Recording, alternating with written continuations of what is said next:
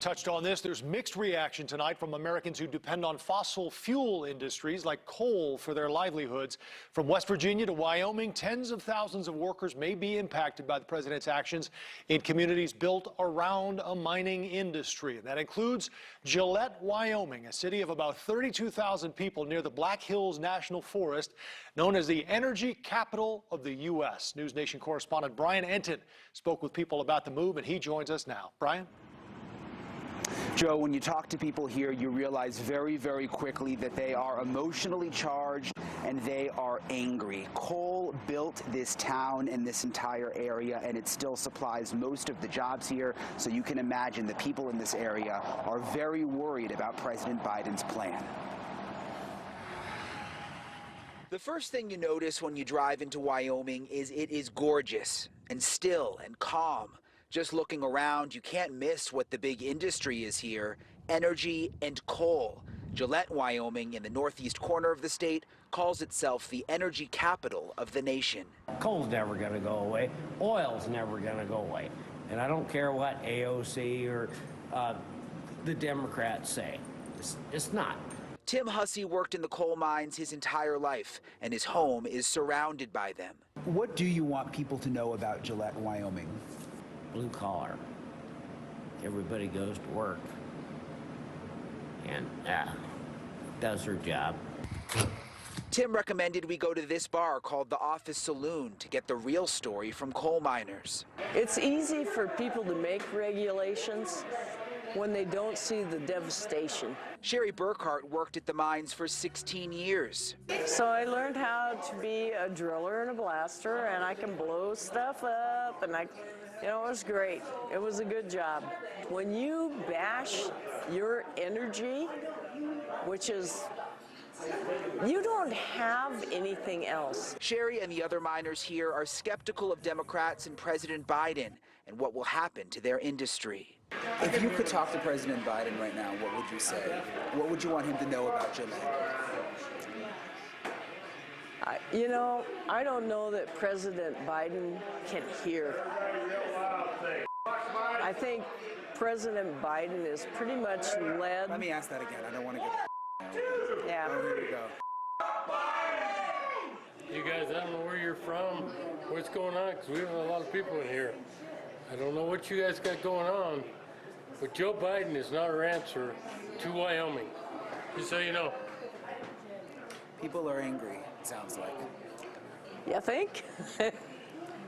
Well, if you went through the last few years that we went through, and we listened to a lot of top Democrats, like Maxine Waters and several of them, saying to go out and bash any conservatives,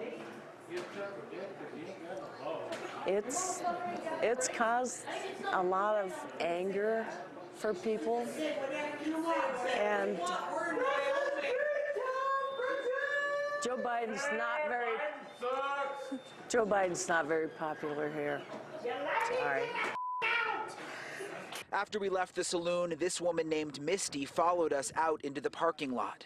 We used to have 17 coal mines in Gillette for years, since the 70s. Now we have about 6 running. They've shut them all down. People are out of work. So that's why they're on edge. I mean, there are so many people out of work right now.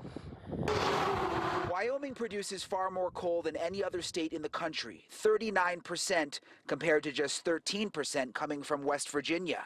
But look at what's happened to coal production over the last 5 years.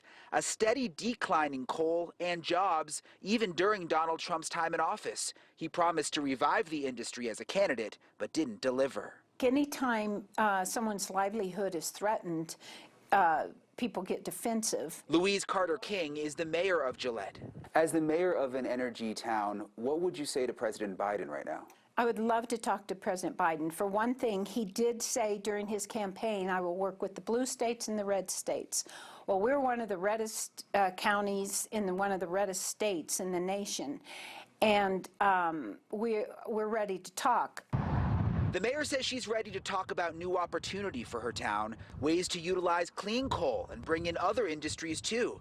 She's hopeful America might care about Gillette, the town that powered the country for decades. Some of her constituents are not so optimistic. America doesn't care. I'm sorry. Everyone has got all their stuff every day. If we die, and we will be no different than the Rust Belt when they died. Did America run up there and cry? No. They won't cry about this either.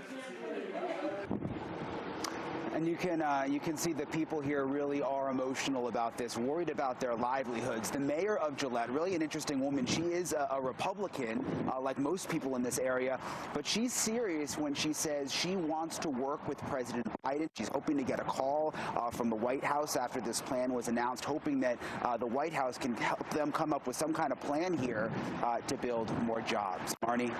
Wow, Brian, certainly emotions running high there in that town and others. Can you give us an idea of some other industries in that area, some other opportunities for folks in terms of jobs outside of mining? Well, energy, coal, oil, that's really the main thing here. That's most of it. But there are hospitals, there are jobs in schools, things like that. And there are a number of nonprofits that have come into the area trying to train coal workers how to do other jobs. We're going to get into that tomorrow night on NewsNation, Marnie. All right, Brian, thank you very much.